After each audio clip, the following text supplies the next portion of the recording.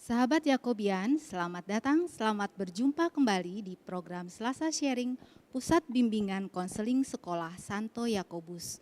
Bagaimana kabarnya para sahabat Yakobian? Tentu sehat semua ya, dimanapun berada.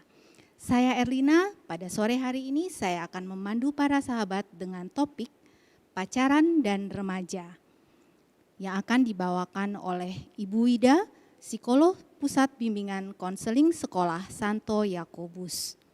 Para sahabat, jika nanti para sahabat memiliki pertanyaan yang akan diajukan, silakan sahabat Yakobian menuliskannya pada live chat channel Sekolah Santo Yakobus, dan jangan lupa untuk subscribe dan like channel Sekolah Santo Yakobus. Baik sahabat Yakobian, tanpa berlama-lama mari kita sambut Ibu Wida. Kepada Ibu Wida kami persilahkan. Baik, terima kasih Ibu Erlin. Selamat sore sahabat Yakobian. Bagaimana kabarnya hari ini? Luar biasa. Pada sore hari ini saya akan membawakan program Selasa Sharing dengan tema pacaran dan remaja. Saya menyadari bahwa topik pacaran dan remaja memang menimbulkan pro dan kontra di kalangan para orang tua. Ada yang setuju dan ada juga yang tidak setuju bahwa remaja sudah mulai berpacaran. Hal ini merupakan kebijakan dari masing-masing keluarga, dari masing-masing orang tua. Setiap keluarga memang memiliki pertimbangan, memiliki alasan-alasan apakah mereka memperbolehkan remajanya berpacaran atau tidak. Dalam Selasa Sharing kali ini, saya akan lebih membahas dunia remaja yang saya lihat dari sisi atau dari sudut pandang psikologis. Yang saya kumpulkan dari berbagai literatur, juga dari pengalaman saya konseling dengan remaja, lalu konseling dengan orang tua dari remaja, atau juga pengalaman langsung saya berinteraksi dengan remaja. Baik, mari kita mulai. Langsung saja kita akan bahas mengenai topik pacaran dan remaja. Next. Remaja. Kalau kita lihat, remaja itu range usianya ada di 12 sampai 20 tahun. Berbagai literatur memiliki pandangan yang berbeda mengenai usia dari remaja. Ada yang 12 sampai 20. Ada yang 12 sampai 25 atau 12 sampai 18. Memang bervariasi, tapi kurang lebih range-nya ada di 12 sampai 20 tahun. Remaja berada pada masa di mana mereka mengalami transisi. Transisi dari apa sahabat Yakobian? Transisi dari masa kanak-kanak, ketika mereka masih kanak-kanak, sekarang mereka sudah meninggalkan masa kanak-kanak menuju kepada masa dewasa. Tapi belum menjadi dewasa, karena makanya disebut dengan istilah transisi. Di masa transisi ini begitu banyak perubahan-perubahan yang mereka alami. Inilah yang kita sebut masa pubertas. Perubahan yang mereka alami baik dari segi fisik atau biologis, maupun dari sisi kognitif, dan juga dari sisi sosial emosional. Perubahan dari sisi fisik atau biologis berupa perubahan dengan di mana mereka mengalami kematangan fungsi reproduksi yang nanti akan mempersiapkan diri mereka ketika mereka sudah dewasa, ketika mereka sudah menikah, akan mempersiapkan diri mereka untuk dapat memiliki keturunan. Itu dari faktor biologis. Dengan perubahan-perubahan biologis yang mereka alami, lalu juga ada perubahan hormon, tentu saja akan mempengaruhi sosial emosional mereka. Sehingga tidak jarang kita dengar ya sahabat Yakobian, remaja itu menjadi mudah sekali suasana hatinya berubah, moody. Lalu mereka juga kadang mudah meledak-ledak. Mereka juga menjadi lebih sensitif, lebih peka. Kadang mereka begitu percaya diri, tapi di sisi lain mereka menjadi mudah tidak percaya diri. Ini yang sering kita juga sebut dengan istilah ada di roller coaster. Up and down-nya begitu drastis ya, naik dan turun. Inilah remaja. Nah, selain perubahan itu, remaja juga mengalami perubahan dalam perkembangan kognitif. Mereka sudah lebih dapat menalar dengan lebih baik dibandingkan masa kanak-kanak. Dulu mereka sifatnya lebih konkret, kalau sekarang mereka lebih berpikir kompleks. Mereka mampu berpikir lebih abstrak, lalu mereka juga mampu memandang ke masa depan, di mana mereka bisa melihat apa ya yang saya mau lakukan di masa depan. Lalu memikirkan juga apa resikonya kalau saya lakukan sesuatu dan ini terjadi di masa depan, misalnya begitu ya. Mereka sudah lebih banyak mampu berpikir secara kompleks. Dan hal yang juga terjadi di masa remaja adalah mereka lebih kritis terhadap pengetahuan, terhadap informasi yang mereka peroleh. Juga kritis terhadap pengetahuan dan informasi yang diperoleh dari orang dewasa, termasuk orang tua. Jadi dapat kita bayangkan bahwa remaja ini menjadi begitu kritis, tidak mudah menerima lagi pendapat yang disampaikan oleh orang tua. Kalau dulu mereka mungkin waktu anak-anak dikatakan misalnya kamu ikuti yang mama papa bilang ini. Anak-anak mungkin ya, iya gitu ya. Tapi kalau sudah remaja mereka sudah lebih menalar sehingga mereka akan mempertanyakan emang betul begitu. Kenapa harus begini gitu ya. Jadi mereka senang kalau ada dalam situasi mereka dapat open, terbuka terhadap diskusi. Nah, kritis terhadap orang dewasa ini yang kadang kala diterjemahkan sebagai mungkin memberontak, tidak sependapat lagi dengan orang tua yang kadang juga menimbulkan konflik. Next. Hubungan remaja dengan orang tua. Tadi kita sudah bahas ya, sahabat Yakobian, terkadang menimbulkan konflik. Kenapa? Karena remaja yang mengalami perubahan-perubahan tadi memang membutuhkan penyesuaian terhadap perubahannya. Ternyata perubahan yang terjadi pada remaja juga membuat orang tua butuh penyesuaian. Kalau saya bertemu dengan orang tua dari anak-anak remaja, mereka suka mengatakan seperti ini, dulu anak-anak saya kok mudah diatur ya Bu, dulu anak-anak saya itu begitu dekat dengan saya, tapi sekarang kok kayaknya begitu tertutup, saya tanya nggak mau cerita, kayaknya lebih senang berinteraksi sama teman-temannya. Belum kalau misalnya saya kasih pendapat, mereka bilang, mama ngatur, papa maunya ngatur aja. Jadi seperti kayaknya hubungan kami dengan remaja kami menjadi renggang. Nah, itu sebenarnya yang dialami juga oleh para orang tua. Mereka butuh penyesuaian karena perubahan yang dialami si remaja membuat orang tua juga menjadi mengalami kekhawatiran-kekhawatiran. Mereka khawatir ya kalau misalnya pilihan pakaian gitu ya kadang-kadang, lalu pilihan teman-teman ataupun pilihan aktivitas. Belum lagi kalau misalnya remaja menunjukkan sikap memberontak, nah ini juga akhirnya terkadang menimbulkan konflik. Apakah hubungan akan selalu renggang antara remaja dan orang tua? Tidak harus. Nah makanya nanti di akhir dari sesi ini saya akan berikan tips-tips bagaimana ya tetap membina hubungan yang harmonis antara remaja dan mengurangi konflik yang ada. Next. Hubungan remaja dengan teman. Tadi kita sudah bahas ya sahabat Yakobian, bahwa pada masa ini remaja memang begitu memiliki kedekatan dengan teman-teman. Remaja lebih banyak menghabiskan waktu dengan teman-teman. Teman-teman merupakan suatu hal yang sangat penting buat mereka. Penerimaan dari mereka, penerimaan acceptance dari teman-teman itu menjadi faktor yang begitu penting yang merupakan sumber penghargaan buat mereka. Jadi kita lihat ya, kalau remaja itu senang berkelompok. Mereka memilih teman-teman yang satu bahasan gitu ya, kalau kita bilang punya minat yang sama, atau kalau ngomong nyambung gitu ya, kalau mereka punya hobi yang sama mungkin. Nah, mereka membentuk kelompok berdasarkan minat-minat tadi, berdasarkan nyambungnya bicara. Kalau mereka menjadi bagian dari kelompok, mereka menjadi merasa berharga. Dapat kita bayangkan ya sahabat Yakobian, bila ada remaja-remaja yang tidak memiliki teman, yang merasa ditolak atau merasa direndahkan oleh teman-temannya, ini membuat mereka merasa nggak berharga, membuat mereka akhirnya menjadi tidak percaya diri. Karena buat remaja penerimaan adalah hal yang sangat penting. Teman juga merupakan sumber dukungan bagi mereka, pemahaman akan dunia mereka. remaja itu sudah lebih senang berbagi dengan teman-teman dibandingkan dengan orang tua. Karena kalau ditanya nih ya, ke para remaja mereka suka mengatakan seperti ini. Soalnya kalau ngomong sama papa mama akhirnya nanti banyak dilarangnya, banyak nggak bolehnya. Lalu banyak nasehatnya, jadi nggak merasa bebas. Nah kalau ngomong sama teman-teman rasanya lebih nyaman, lebih bebas. Seperti itu ya. Itu pendapat mereka bagaimana hubungan dengan teman menjadi begitu penting.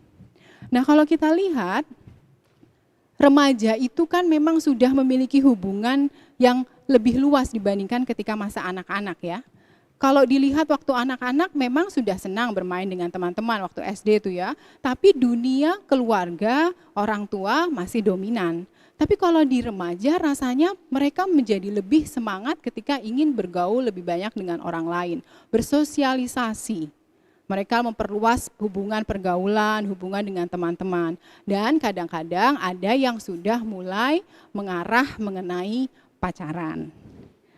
Baik, saya ingin share sedikit mengenai testimoni singkat dari sahabat-sahabat kita yang bersekolah di Sekolah Santo Yakobus.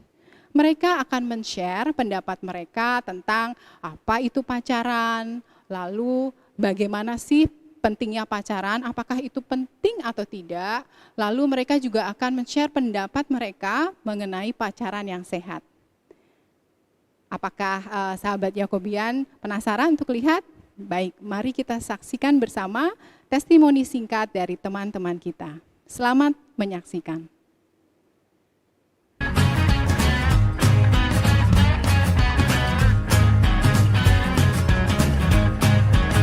Pacaran merupakan suatu hubungan emosional yang mendalam antara seorang pria dan wanita.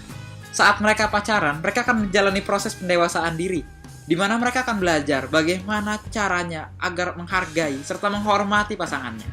Saat pacaran pula, mereka akan belajar bagaimana caranya untuk menerima kekurangan pasangannya, lalu menutupinya agar mereka dapat menjadi lebih baik di masyarakat.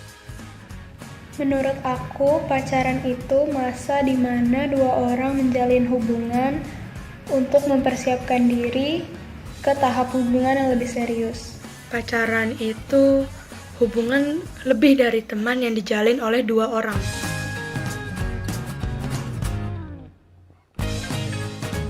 Menurut aku, diperlukan atau tidak diperlukannya pacaran itu relatif.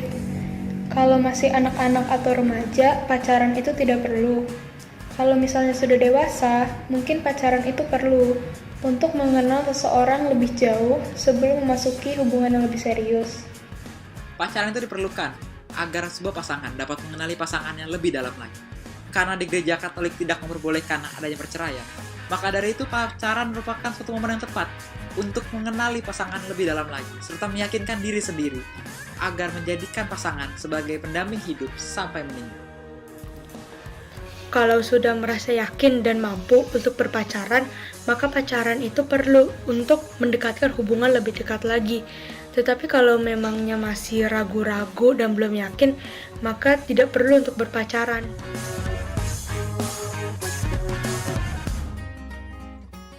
Pacaran yang sehat itu pacaran yang tidak saling memaksa, menghargai apapun pendapat pasangannya, dan mau menerima pasangannya apa adanya, dan apabila memiliki sifat buruk mencoba untuk merubahnya. Dan pacaran yang sehat juga itu dapat menyeimbangkan antara pacaran dan kegiatan lainnya. Menurut aku, pacaran yang sehat itu cukup dengan menghabiskan waktu bersama untuk saling mengenal satu sama lain dengan lebih jauh. Tetapi tidak perlu menggantungkan hidup kepada si pacar, karena si pacar itu temporary. Pacaran yang sehat merupakan suatu hubungan pacaran yang tidak melakukan tindakan negatif sama sekali, melainkan mengajak pasangannya untuk melakukan tindakan-tindakan positif, seperti misa bersama di gereja ataupun belajar bersama. Dalam pacaran yang sehat, setiap pasangan memiliki rasa percaya yang tinggi kepada pasangan, serta saling terbuka atas kekurangan masing-masing, sehingga tiap individu dapat memberikan saran kepada pasangannya agar mereka dapat menjadi pribadi yang lebih baik lagi.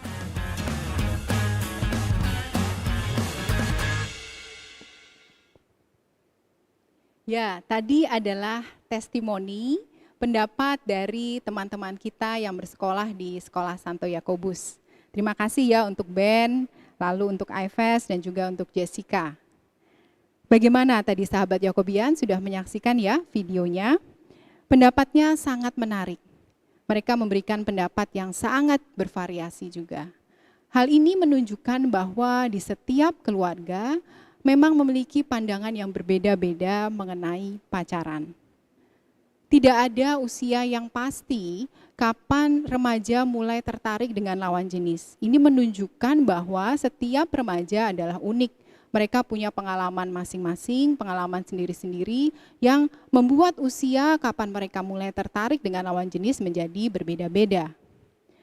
Lalu, ketertarikan kepada lawan jenis juga terkadang baru muncul di usia remaja tengah atau remaja akhir. Jadi mungkin sekitar usia 15 tahun, 17 tahun atau 18 tahun begitu ya.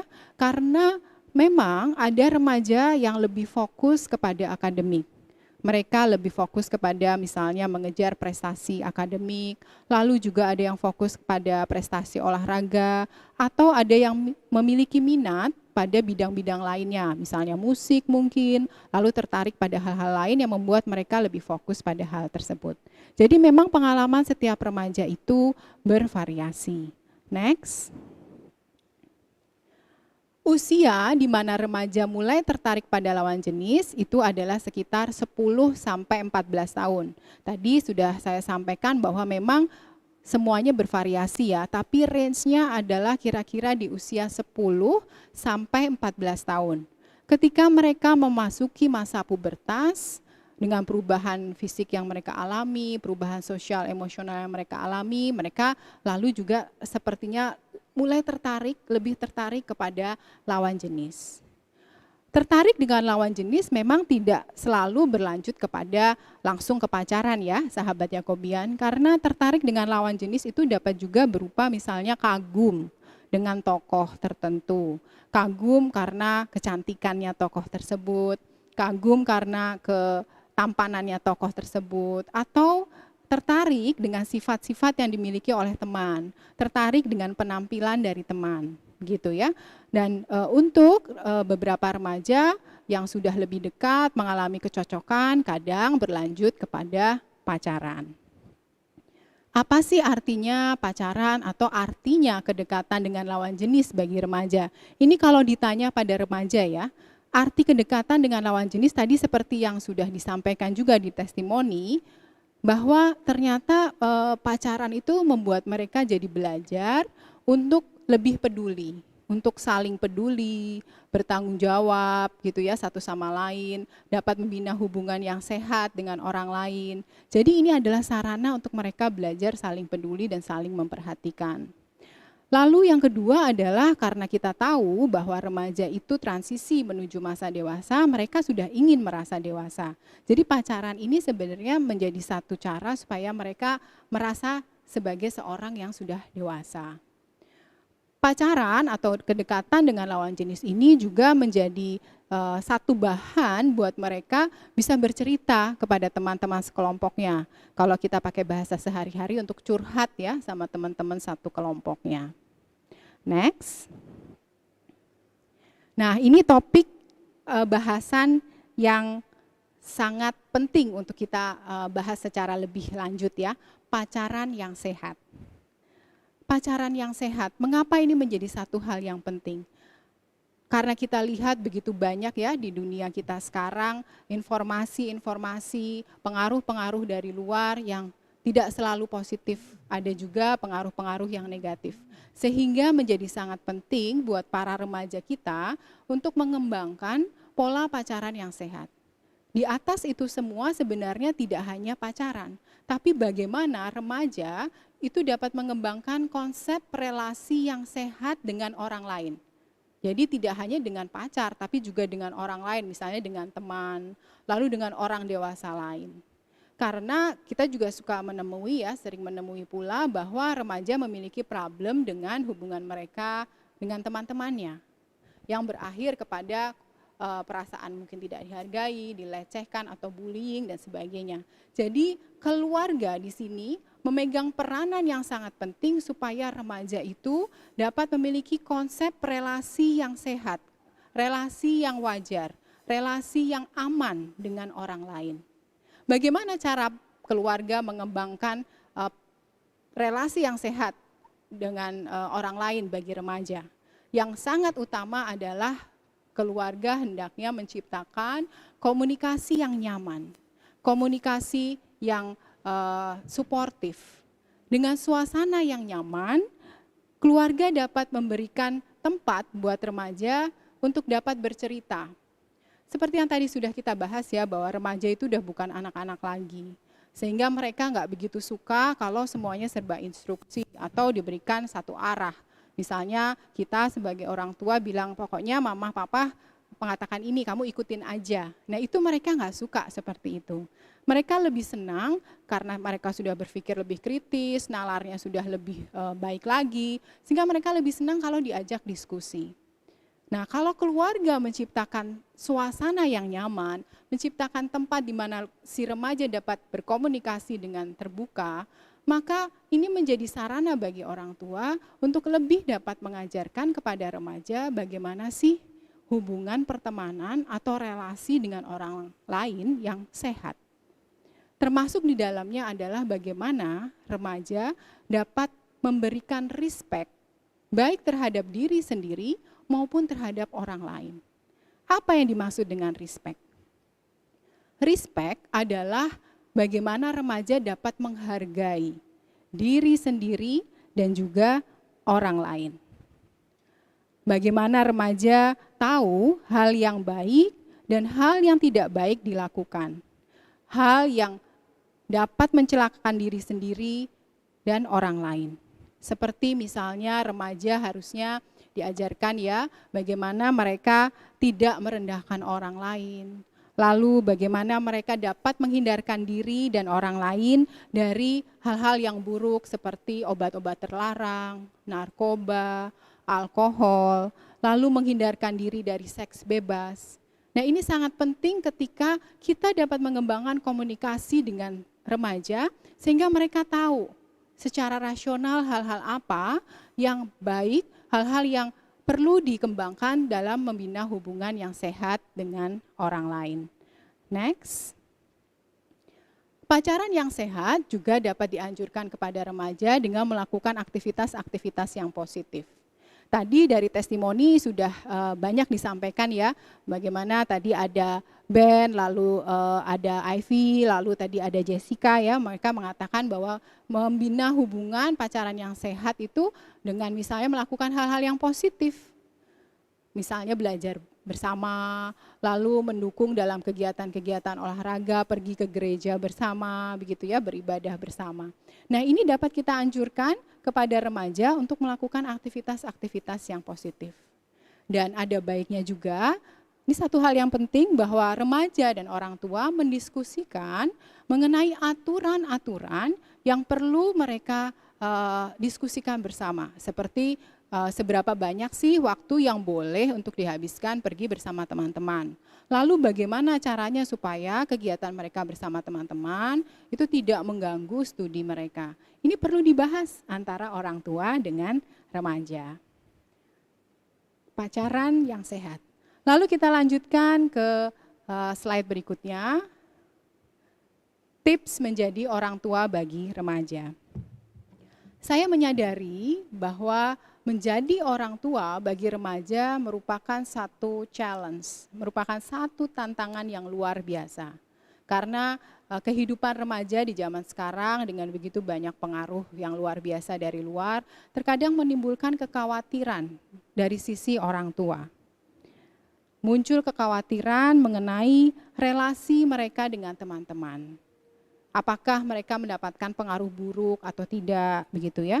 Dan di sini kita lihat jika keluarga justru menutupi diskusi atau tidak membuka jalan buat remaja melakukan diskusi tentang bagaimana mereka memahami pertemanan, masalah dalam pergaulan, misalnya juga tidak membuka tempat buat remaja diskusi tentang pacaran.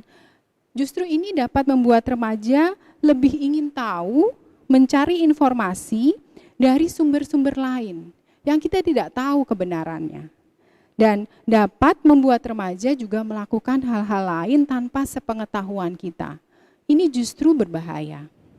Sebaliknya, kalau kita terbuka, memberikan ruang buat remaja, membahas tentang konsep pertemanan, termasuk di dalamnya pacaran yang sehat, itu tidak serta-merta loh membuat remaja jadi tergila-gila pacaran. Enggak seperti itu. Karena justru ketika mereka tahu hal-hal apa yang baik untuk dilakukan, justru anak jadi lebih realistis dalam hubungannya dengan orang lain. Tahu mana yang baik, tahu mana yang tidak baik, tahu mana yang sehat, mana yang wajar, tahu tentang do and don'ts-nya.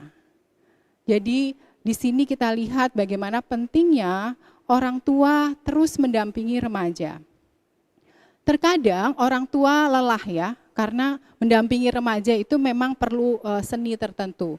Kalau remaja sudah mentak, kalau remaja sudah meledak-ledak, orang tua jadi menjauh. Sebenarnya di sini adalah challenge yang tadi saya bilang. Jangan kemudian hubungan itu menjadi semakin lama semakin menjauh. Orang tua harus terus mendampingi supaya remaja dapat memiliki hubungan pertemanan yang wajar, aman, dan sehat. Dan komunikasi memang menjadi kunci. Tadi sudah kita bahas bahwa kita harus menghindari komunikasi yang terkesan menjadi komunikasi yang satu arah. Komunikasi yang hanya penuh instruksi. Karena ini dapat membuat remaja tidak mau mendengarkan dan justru malah memberontak. Belum lagi kalau kita amati ya, sahabat Yakobian, bahwa di luar sana begitu banyak pengaruh-pengaruh atau informasi yang menampilkan remaja dengan cara-cara yang berbeda. Ada yang menampilkan remaja dengan cara yang wajar, namun ada juga yang menampilkan remaja dengan cara yang kurang tepat dan di luar dari norma-norma kewajaran. Oleh karena itu, justru diskusi yang nyaman dengan orang tua dapat membantu remaja menyadari tentang hal-hal apa yang perlu ia lakukan. Dan termasuk hal-hal apa yang diharapkan dari remaja. Tadi ya, kuncinya adalah komunikasi yang terbuka, komunikasi yang nyaman. Next. Nah, ini adalah slide terakhir pembahasan saya mengenai tips bagi orang tua anak remaja. 2 pembahasan saya yang terakhir adalah usahakan sebagai orang tua kita menjadi pendengar yang baik bagi remaja. Kita dapat berdiskusi mengenai apa sih kegiatan yang ia minati, apa sih hal-hal positif yang remaja senangi, lalu kita juga dapat lebih dalam membahas sebenarnya yang dia suka dari lawan jenis itu yang seperti apa ya. Nah, ini akan membuat hubungan kita dengan remaja menjadi lebih dekat. Ini menjadi tips saya yang kedua, bahwa pentingnya hubungan yang dekat antara orang tua dan remaja. Ini menjadi satu hal yang akan menjadi modal buat remaja ketika mereka menemui masalah. Bayangkan kalau remaja kita menemukan masalah dalam hidupnya tapi lari ke orang lain, tidak membahas dengan kita. Siapa orang lain kita nggak kenal ya? Bagaimana jika informasi ataupun bantuan yang diberikan justru mencelakakan atau menjerumuskan mereka? Inilah gunanya membina hubungan yang dekat antara orang tua dan remaja. Yang memungkinkan remaja mencari orang tua jika mereka membutuhkan pertolongan. Atau ketika mereka membutuhkan solusi terhadap masalah-masalahnya. Misalnya ketika mereka mengalami tekanan dari kelompok, atau ketika mereka mengalami kekerasan, atau ketika mereka mengalami persoalan-persoalan sehari-hari. Bila ada orang tua yang mau memberikan bantuan terbuka, tidak memberikan penghakiman, tidak mudah terbawa emosi begitu ya, itu akan sangat membantu bagi remaja. Menjadi pendengar yang baik juga bukan merupakan satu hal yang mudah, saya sadari. Bahwa menjadi pendengar yang baik juga harus menuntut kita untuk meredakan emosi kita, tidak mudah marah, membuat kita juga harus lebih menahan emosi ketika remaja bercerita, mencoba mendengarkan dahulu apa yang mereka mau, apa yang mereka rasakan. Rasanya dengan lebih terbuka, dengan lebih mendengarkan, mereka akan jadi lebih juga terbuka terhadap masukan-masukan kita. Demikian sahabat Yakobian, tips bagi orang tua untuk remaja. Baik, dengan akhirnya slide ini, demikian juga akhir dari pembahasan saya topik pacaran dan remaja. Saya kembalikan kepada Ibu Erlin. Terima kasih. Iya, baik. Terima kasih Ibu Wida. Sangat menarik bukan sahabat Yakobian topik yang telah dibahas oleh Ibu Wida pada sore hari ini. Berikut ada beberapa pertanyaan dari sahabat Yakobian. Dan setelah saya catat, saya akan membacakan 3 buah pertanyaan dari sahabat. Jika nanti waktunya masih cukup, saya akan membacakan kembali pertanyaan berikutnya. Saya akan langsung bacakan 3 pertanyaannya Ibu Wida. Baik. Pertanyaan pertama datang dari Holo. Bagaimana cara terbuka untuk bilang pacaran kepada orang tua? Kemudian pertanyaan yang kedua dari Ogi, bagaimana menghindari dari pacaran yang tidak sehat ya Bu? 3, pertanyaan dari Jaya, Ibu Wida, bagaimanakah jika saya takut berkenalan dengan lawan jenis? Wah, pertanyaannya sangat menarik nih Bu Wida. Baik, Ibu Wida silahkan bisa langsung menjawab. Ya, terima kasih Ibu Erlin. Pertanyaannya begitu luar biasa ya, menarik untuk kita bahas bersama. Yang pertama, tadi saya kurang dengar dari siapa, tapi saya catat pertanyaannya ya. Jadi bagaimana cara untuk dapat terbuka bilang pacaran terhadap orang tua? Mungkin di sini ini pertanyaan dari si remaja ya kalau dilihat ya. Bagaimana dia mungkin merasa ketakutan harus menyampaikan kalau saya tuh pengen deh lebih jauh lagi, pengen kenal sama lawan jenis, pengen mulai pacaran tapi takut nggak diperbolehkan oleh orang tua. Nah memang di sini kuncinya adalah komunikasi. Mungkin ada baiknya kamu bertanya sama papa mama bagaimana pendapat mereka tentang pacaran. Menurut mereka apa sih yang mereka khawatirkan begitu ya. Lalu menurut mereka boleh nggak sih pacaran? Nah dari situ kita jadi tahu harapan-harapan orang tua terhadap diri kita itu seperti apa. Nah dari situ juga kita jadi tahu sebenarnya yang mereka harapkan pacaran yang sehat itu yang seperti apa. Nah nanti pembahasan yang lebih lanjut akan dapat dilakukan kepada orang tua kalau kita sudah tahu harapan-harapan mereka seperti apa. Lalu mungkin juga dapat juga dalam waktu lain mungkin dapat menyampaikan kepada guru di sekolah kalau ada bimbingan konseling di sekolah begitu ya, bercerita kepada guru-guru BK di sekolah menyampaikan kesulitan yang ada. Diharapkan nanti mungkin guru BK dapat membantu kamu untuk menyelesaikan masalah yang ada, termasuk mungkin gimana sih kalau mau menyampaikan kepada orang tua kalau saya misalnya mulai ingin berpacaran gitu ya. Karena memang sangat tergantung situasi dan kondisi keluarga masing-masing. Sangat tergantung dari pertimbangan-pertimbangan masing-masing sehingga memang dari satu anak atau satu remaja ke remaja lain sangat bervariasi. Itulah makanya saya anjurkan untuk konseling untuk lebih lanjut bercerita kepada guru BK di sekolah ya. Yang kedua, pertanyaan dari Ogi ya, bagaimana menghindari pacaran yang tidak sehat. Nah ini menjadi satu hal yang penting. Pacaran yang tidak sehat itu tadi dasarnya adalah yang tidak berdasarkan respect, tidak menghargai satu sama lain. Di mana kita tidak menghargai diri atau juga orang lain tidak menghargai diri kita. Nah ini kalau misalnya kita sudah mulai merasakan ada orang-orang yang rasanya tidak menghargai diri kita, itu artinya di saat itulah kita mulai untuk dapat menghindari orang-orang tersebut. Begitu ya. Jadi yang di sini yang sangat penting adalah bagaimana peran diri kita sendiri, bagaimana kita lebih dapat menghargai diri kita sendiri. Gitu ya. Kalau kita sudah lebih dapat menghargai diri sendiri, artinya kita juga akan menjaga diri kita supaya menghindari kita dari orang-orang yang tidak berniat baik. Karena hubungan tidak harus pacaran, hubungan pertemanan, hubungan dengan orang lain harus didasarkan pada saling menghargai satu sama lain. Kalau tidak ada respect, berarti hubungan di sini sudah tidak setara gitu ya. Orang lain mungkin memanfaatkan kita atau orang lain merendahkan kita. Nah, di saat itulah kita harus tahu bahwa ini saatnya kita menghindari hubungan itu atau mengakhiri atau mencoba menghindar, mencoba minta bantuan dari orang lain untuk membantu menyelesaikan problem yang ada. Yang kunci utama adalah bagaimana diri kita sendiri menjaga itu.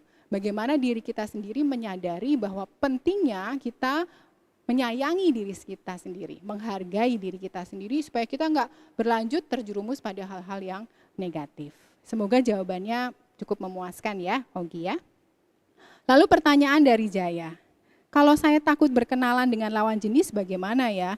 Ya, apa yang membuat takut berkenalan dengan lawan jenis? Ini perlu digali lebih lanjut. Apakah karena memang punya pengalaman buruk sebelumnya atau hanya malu biasa gitu ya? Karena belum banyak kenal dengan teman-teman yang berbeda jenis kelaminnya gitu ya. Kalau laki-laki, Jaya mungkin harus lebih banyak bergaul dengan teman-teman dari laki-laki dan perempuan. Jangan hanya bermain dengan teman-teman prianya saja, tapi mulai misalnya mengenal, bergaul, membuka diri untuk lebih banyak berinteraksi dengan teman-teman ceweknya gitu ya. Nah, makin lama kenal, biasanya nanti kalau udah lebih banyak beraktivitas bersama, saling mengenal satu sama lain, biasanya jadi lebih tahu gitu sifat-sifat dari masing-masing temannya. Dari situ jadi kita lebih terbiasa karena malu lalu takut itu kan sebenarnya karena tidak terbiasa. Jadi perlu pembiasaan, mulai membuka diri, mengenal orang lain, mengikuti aktivitas-aktivitas yang positif bersama laki-laki dan perempuan. Jadi nggak hanya fokus kepada teman pria saja begitu. Ya, jadi mulai dari sekarang coba lebih membuka diri kepada berbagai jenis aktivitas bersama orang lain. Demikian jawaban dari saya untuk ketiga pertanyaan pertama. Selanjutnya saya berikan kepada Ibu Erlin kembali. Baik Ibu Wida, terima kasih banyak untuk jawabannya yang luar biasa. Semoga memuaskan para sahabat untuk pertanyaan-pertanyaannya.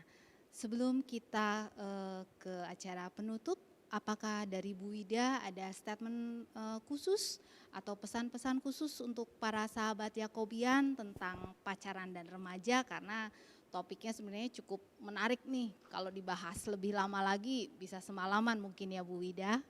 Silakan Ibu Wida. Ya, terima kasih Bu Erlin. Ya, sedikit pesan dari saya, baik dari sisi orang tua maupun dari sisi remajanya ya. Kalau dari sisi orang tua, tadi ya sudah kita bahas bersama pentingnya komunikasi. Karena memang masa remaja ini kan masa yang penuh gejolak. Kadang kita memiliki hubungan yang tidak akur dengan si remaja. Tapi justru ini menjadi satu challenge, satu tantangan. Bagaimana kita tetap mencoba untuk membina hubungan yang akrab dengan mereka. Kalau misalnya mereka lagi meledak-ledak, ada saatnya kita juga merendah gitu ya, jadi nggak kembali beremosi menghadapi mereka. Jadi ada saatnya kita juga mencoba untuk menenangkan diri, lalu mencoba merangkul ke mereka kembali. Karena begitu mereka keluar dari kita, tidak ada dalam kontrol kita, itu berbahaya kan buat remaja gitu ya, ketika mereka mencari informasi justru bukan dengan kita. Kedekatan dengan remaja itu menjadi satu hal yang penting. So, membina hubungan komunikasi yang open itu justru sangat membantu remaja belajar tentang dunia di sekitarnya. Komunikasi berbicara mengenai gimana sih hubungan pertemanan yang baik, lalu bagaimana sih hubungan pacaran yang sehat gitu ya. Walaupun mungkin keluarga tidak menyetujui pacaran, tapi tetap saja informasi mengenai pacaran yang sehat kan boleh saja kita berikan. Karena mereka menjadi tahu seperti apa sih hubungan yang baik dengan orang lain. Nah, itu tips saya tentang pacaran yang sehat buat orang tua. Lalu mengenai hubungan pertemanan bagi remaja, itu tadi yang saya juga perlu tekankan adalah ayo remaja, kita harus menghargai diri kita sendiri. Kita yang bertanggung jawab terhadap diri kita sendiri. Kalau orang tua membantu, mendampingi, tapi kan nggak selalu ada di sisi kita ya. Jadi kita yang sudah lebih dewasa, udah mau menuju dewasa harus bertanggung jawab terhadap diri kita sendiri. Memberikan respect tidak hanya untuk orang lain, tapi juga kepada diri kita sendiri, termasuk menjaga diri kita dari hubungan-hubungan yang kurang baik. Menjaga diri kita dari hal-hal yang buruk. tidak mencelakakan diri kita atau menjerumuskan diri kita pada hal-hal yang kurang baik atau membahayakan masa depan kita. Itu adalah tips yang saya sampaikan untuk tema topik hari ini. Semoga ini dapat bermanfaat bagi sahabat Yakobian. Tuhan memberkati. Ya, baik. Terima kasih Bu Ida atas masukan, atas sarannya untuk para sahabat Yakobian. Semoga bisa bermanfaat. Baik sahabat Yakobian, pada akhirnya waktu juga yang memisahkan kebersamaan kita. Terima kasih sudah hadir bersama kami di program Selasa Sharing di Pusat Bimbingan Konseling Sekolah Santo Yakobus. Kita akan bertemu kembali di minggu depan dengan topik bahasan yang tentunya tidak kalah menarik dari apa yang sudah dibahas pada hari ini. Dan kiranya sahabat Yakobian untuk bisa selalu bergabung dalam acara Selasa Sharing Sekolah Santo Yakobus. Jangan lupa untuk men-subscribe dan like channel Sekolah Santo Yakobus. Salam Yakobian, religius, humanis, intelektual, peduli lingkungan, dan nasionalis. Selamat sore.